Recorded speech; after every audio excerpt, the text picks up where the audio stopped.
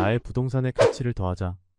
부동산 가치 TV 부가티. 안녕하세요. 부동산 가치 TV 부가티의 이 대표입니다. 오늘은 건물 투자 비법 10편 관리비입니다. 건물 투자를 하다 보면 건물주가 돼도 뭐 이렇게 신경 써야 될 게 많냐 말씀하시는 분들 많이 만나게 되는데요. 관리비에 대한 부분 생각보다 초반에 계획 세우지 않고 임대차 맞추시다가 추후에 골머리를 싸우셨다라는 얘기 많이 듣게 되거든요. 그만큼 건물 관리에 있어 다양한 요소가 있기 때문인데요. 그렇다면 관리비 항목으로 어떤 것들이 있을까요? 공용전기, 수도, 그리고 정화조, 건물 청소, 화재보험, 엘리베이터 관리, 전기 및 소방안전 용역, 그리고 주차관리, 도로조명 사용료, 교통유발 부담금, 그리고 건물 보수 및 관리 용역에 대한 부분까지 토탈적으로 저희가 관리비 항목으로 일반적으로 내용들 들어가 수 있는 내용들 적었는데요. 한번 그러면 보다 디테일하게 설명드려 보겠습니다. 공용전기와 수도만 하더라도요, 생각보다 신경 쓸 게 많은 게 계단에도 각각의 그 층마다 램프 같은 게 달려 있겠죠. 그리고 화장실이 내부에 없는 경우, 특히 뭐 건물이 한 4, 5층 넘어가는 경우에는 각 층별로 화장실이 교통 밖에 나와 있는 경우가 많죠. 그래서 복도에 있는 화장실들 결국은 뭐 1호, 2호, 각 층에 1, 2호가 같이 쓰는 화장실도 있을 수 있는데, 이런 부분들에 대한 화장실에 대한 사용하는 물의 양을 각각 쓸 때마다 계산할 수 없겠죠. 그래서 전반적으로 건물주는 총 물의 양을 다 미터로 연결해 놓은 다음에 사용하는 사람들의 세대수만큼 혹은 호실수만큼 나눌 수밖에 없겠죠.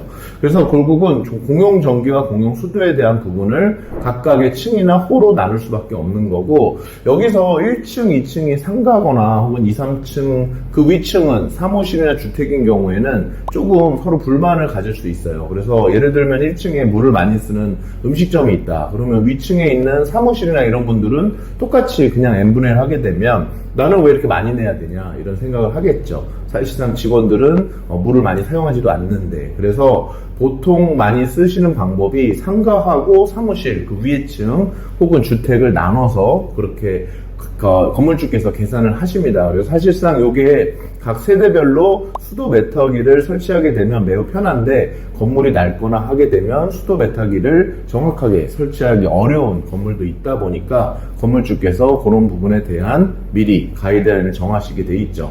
그래서 가장 일반적으로 많이 쓰는 거는 각 그 실별로 분배기를 설치해가지고 미터기로 계산을 해서 계산식을 정확하게 요만큼 썼으니까 나눠서 낸다라는 것을 정리하는 경우가 가장 많고요. 화장실이나 이런 부분들에 대해서는 화장실 별도로 이렇게 미터기를 설치하시는 그런 건물주도 요즘은 최근 들어서 많이 늘어나고 있습니다. 사실 이런 것들이 건물이 커지면 커질수록 별도의 이제 관리 업체가 늘어나게 되는데요. 집합 건물의 경우 저희가 아는 뭐 주상복합이라든지 아니면 대형 상가 같은 경우에는 사실 분양을 하는 상가들 보면 대부분 관리 업체가 있습니다. 그래서 정해진 날짜에 사용량을 측정해서 별도의 고지서로 매달 며칠까지 납부하세요 하고 나오는 반면에 단독 건물의 경우에는 사실 건물주가 요 규모가 크지 않는 한 관리업체 위탁하기가 부담스럽겠죠. 그래서 아까 말씀드렸던 자체 관리로 해서 건물주 자체적으로 미터기라든지 이런 식으로 방법으로 대응을 하고 계시다라는 걸 알아두셨으면 좋겠고요. 사실 이 통건물을 선호하시는 이유가 통건물로 맡겨버리면 그 위에 있는 사무실에 있는 부분 그리고 매장에 있는 모든 분들이 미터기로 자기가 스스로 사용한 부분을 다 납부할 수 있기 때문에 통건물을 임대해 주시는 것을 선호하는 최근 들어서 많이 늘어나고 있습니다.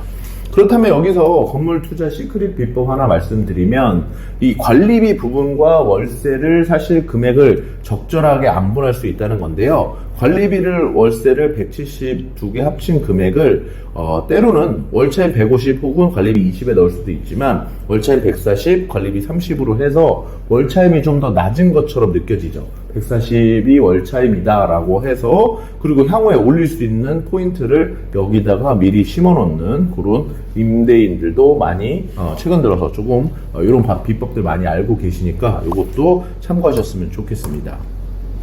하지만 중요한 거는 결국은 이제 관리비와 월차임을 합친 금액이 임차료 부담이 되니까 결국은 합리적인 관리가 되지 않으면 임차인 입장에서는 관리비만 높고 임세는 싼 것 같지만 결국 나가는 돈은 같지 않습니까? 라는 컴플레인도 받게 되겠죠.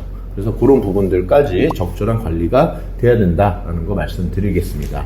그렇다면 불만 사례 저희가 많이 접하는 거, 사실 계단 청소나 공용 화장실 청소도 안 돼 있는데 관리비는 꼬박꼬박 받으시고, 아까 말씀드렸듯이 뭐 30, 40씩 세대별로 받는데 청소 안 돼 있고, 화장실 뭐 냄새 많이 나고, 엘리베이터 틈틈이 아주 자주 멈추고, 그 다음에 단순화 혹은 정화조 역류되고, 이거는 누가 봐도 관리가 안 되는 것 같죠. 그렇게 관리를 해주시면 관리비가 많을수록 부담이 되시겠죠.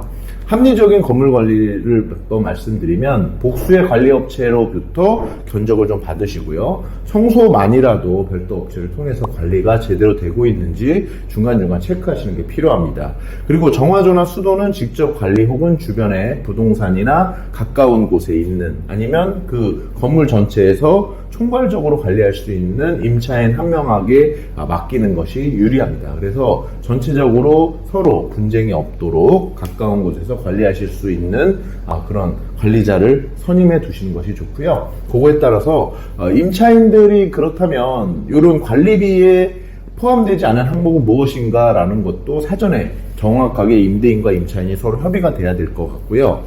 임차인이 주로 대부분 납부하는 것들 보시면 실내의 개별 전력, 그래서 저희가 사업자 등록증이 나오면 실내의 개별 전력은 한국전력에다 얘기를 하면 그 전에 쓰던 분의 사업자가 넘어가게 되고 계좌이체라든지 이런 것들이 다 연결되게 돼 있어요.